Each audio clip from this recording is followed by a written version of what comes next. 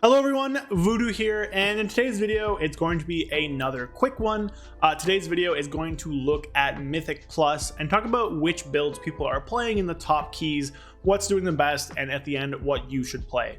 I'm not going to go over rotation or anything like that. I'm going to do a separate video for Mythic Plus guides and things, but with all that out of the way, make sure you like, comment, and subscribe. Let's dive into what the top players are playing in Mythic Plus for the first week of Dragonflight Season 3. Alright, so for anybody not in the know, this is the current best Havoc Demon Hunter Mythic Plus build. Now, I do think you should have Sigil of Misery, probably dropping something like this to pick it up, but that's neither here nor there. But this right here in front of us is the current best build. This is called the Ignition build.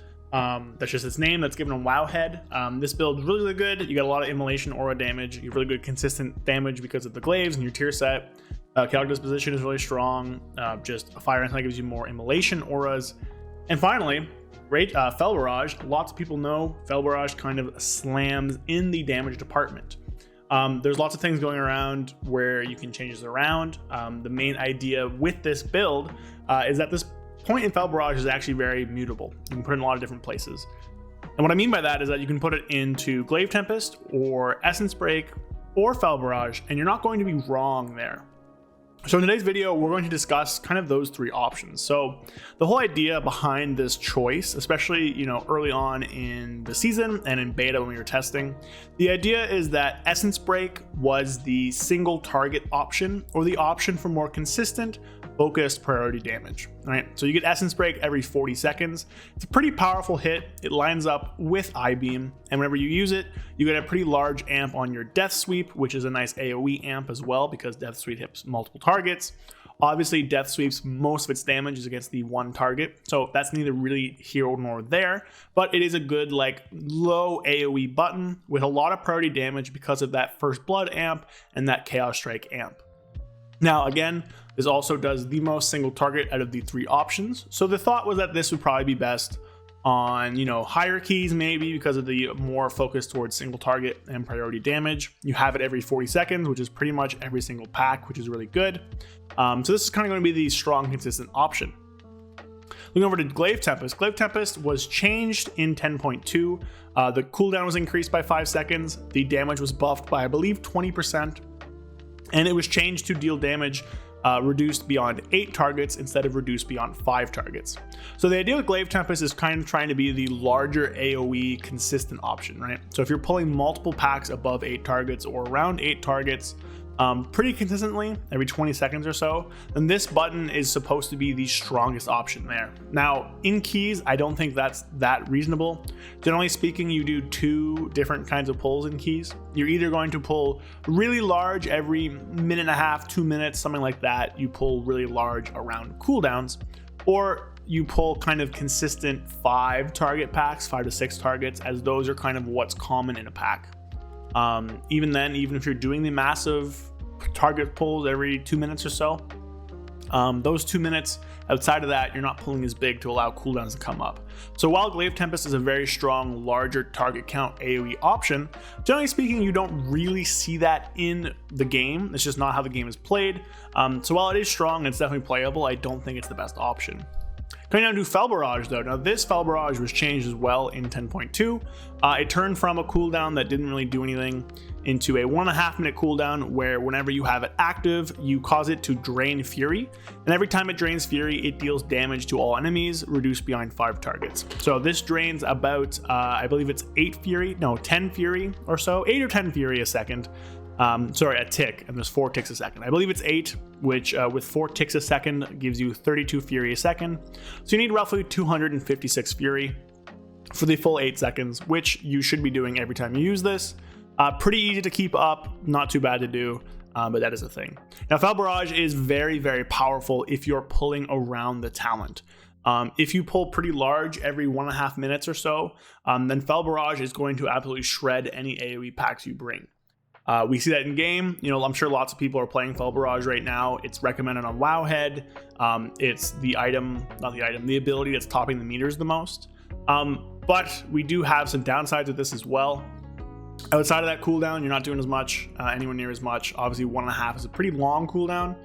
compared to the other two options. And in the grand scheme of things, it's not that long when you have like 2 minutes or 3 minute cooldowns, but 1.5 is definitely, you know, not inconsequential, right? Like it's a real thing to have that cooldown. And whenever you do that, if it doesn't line up with the pull, let's say 1.5 minutes comes up and you're just pulling a pack of like 5 targets or 8 targets or something like that, right? Like a smaller pack with maybe some things that die instantly or quickly or whatever, and Fel Barrage won't get its full value there. On top of that, in single target, it does next to nothing. The gain of using Fel Barrage on one target is like 1%. So like not pushing this is basically the same as pushing it and, you know, doing it optimally against a single target. So against bosses, it does like nothing. Against priority mobs, it does like nothing, because it's more like an AoE pad tool, so to speak. It deals damage to everything equally. It deals a lot of damage on a burst cooldown, but it doesn't prioritize that damage like as a higher source somewhere else.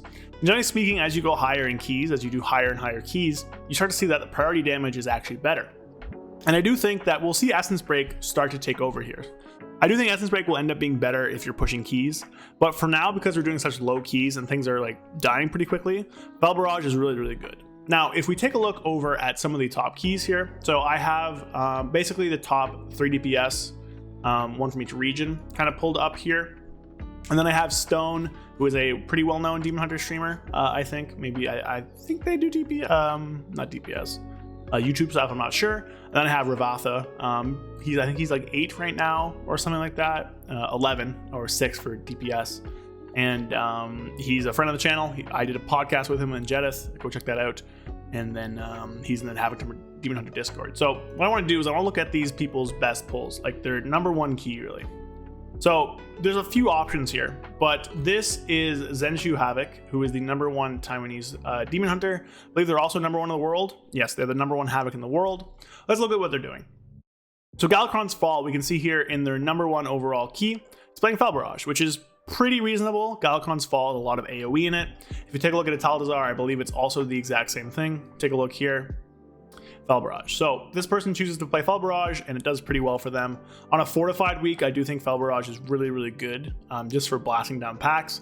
I do think, you guys can see above my head, but Fel Barrage. I do think on a week with maybe Tyrannical or in a key that's a little bit more priority damage focused, maybe something like, I actually haven't checked what their Rise key is, but maybe something with a lot more boss focus, then Fel Barrage won't actually end up being as good. Now, obviously, this person's playing it in like every single key, which is fine. And I think it's very good. We look at, I think Psycho. We can see Psycho here has Essence Break. Now, this is a Waycrest Manor. And Waycrest Manor is one of those dungeons where Essence Break is really good because there's 5 bosses and there's very important like mini bosses and priority targets and stuff. But Fel Barrage would also be really good here because you're pulling a lot of targets. But in this scenario, they're playing Fel Barrage. I haven't looked at others at some of their other keys. They have other really high ranked keys. Look at Fall. It's not this one. It's this one.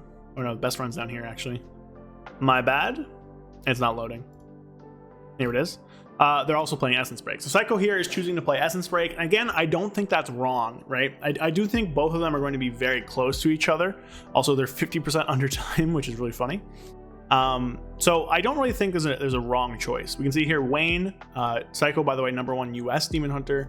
Wayne is the number 1 EU Demon Hunter at this moment, playing Fel Barrage in their world first Throne of the Tides. We look at Stone. Stone is playing Essence Break in this Black Recold. I think it's like a good key. Number 1 world Black Recold, Essence Break, and then Ravatha. I know he's been swapping between Fel Barrage in some dungeons, so this one's a Ataldazar as a Fel Barrage. If I look up Throne, it might be, I actually haven't checked before, but yeah, Throne, we have Essence Break. So I think there's not really a one-size-fits-all option here, as I've kind of shown you through looking at all these people's runs. This build is very good with Essence Break, with Essence Break and with Fel Barrage, and either one of them will end up being strong, and it kind of just depends on what your group needs. So I don't want people to go out there and be like, oh, Essence Break is bad, or oh, Fel Barrage is bad, or yada, yada, yada. They're both good in different scenarios. As you're progging, I do think Essence Break will be more valuable overall. Yes, Fel Barrage can just blow up packs, which is very, very, very useful. But in all the keys I've done so far, and I've done like 20s, 21s, stuff like that, the hardest thing hasn't really been the mobs, even on this fortified week. I felt like the bosses have been hitting harder. And I think next week, this is going up on Tuesday, so this week, I guess, as we get to those higher keys on Tyrannical, we're going to find that the bosses are going to really hurt and you're going to really want Essence Break. Now, I don't think Essence Break is going to be like one size fits all. I do think Fel Barrage is good as well for lots of dungeons where you're pulling big. Helps on ads, lots of bosses with ads where Essence Break isn't as good. It's still good, but Fel Barrage is very strong. So overall, I do think either option is good, and I do think that if you're pulling big around Fel Barrage, it does perform better. But if you want more consistent, focused, single target priority damage very often, then Essence Break will be the way to go. So that's kind of going to be it for the video today. A quick little one just talking about what's going on in keys, what people are doing, and what's performing well. Realistically, any of these three options will do good for Havoc right now. Havoc is just really, really strong. We'll see if we get nerfs. If we do, I'll talk about them. But overall, Havoc's blasting right now. We are probably really meta, but we're also really, really fun, and I really enjoy it. So, hope you guys enjoyed the video. I'll have more stuff coming this week. Follow me on Twitch, where I stream. Join me on my Discord and in the description as well. Consider becoming a channel member to support me. And of course, like, comment, and subscribe. And with that, I'll see you guys next time. Thank you so much for watching.